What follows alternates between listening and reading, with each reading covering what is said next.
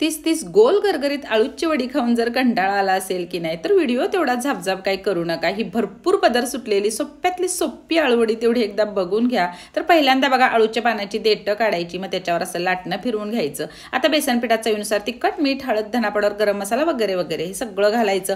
मग लसूण, जिरं, कोथिंबीरचं वाटण घालायचं, एक चमचाभर चिंचेचा कोळ घालायचा, नाहीतर काही लिंबू जरी पिळला तरी चालतोय। ओवा, पांढरे तीळ आणि भरपूर सारी बघायच्यात कोथिंबीर घालायची। मग बेसन पिठात हे सगळं चांगलं मिक्स करायचं आणि पीठ भिजवून घ्यायचं। आता पाण्याच्या उलट्या बाजूला की नाही पीठ असं पसरून घ्यायचं। जास्त पीठ काय लावायचं नाही, नाहीतर मग नुसतं पीठ खाल्ल्यासारखं लागतं। एकदा उलट तर एकदा सुलट अशी पानं की नाही व्हिडिओ जसं दाखवलंय तशी बघा ठेवायची। 7, 8, 10 किती पण पानं ठेवू शकता। वरून मग पांढरे तीळ पसरवायचे। तर माझ्याकडे ऑडी इकोबेकचा नॉनस्टिकी लायनर पेपर होता, तो मी चाळणीत घातला, त्याच्यावर मग आळूचा हा चौकोन ठेवला आणि मग वाफवून घेतले। तर 15 मिनिटं तरी लागतात बघा याला वाफायला।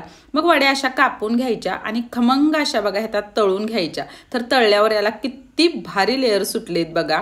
आता ज्यांना आळूचा रोल करता येत नाही किंवा ज्यांचा रोल सुटतो त्यांनी अशा सोप्या पद्धतीने आळूवडी एकदा करून बघा, अगदी पटकन होत आहेत। तर मी दोन्ही प्रकारच्या वड्या इथे केलेल्या, गोल पण आणि चौकोनी पण। तर तुम्हाला कुठल्या प्रकारची वडी आवडते मला नक्की सांगा आणि जाता जाता तेवढं सबस्क्राईब करा।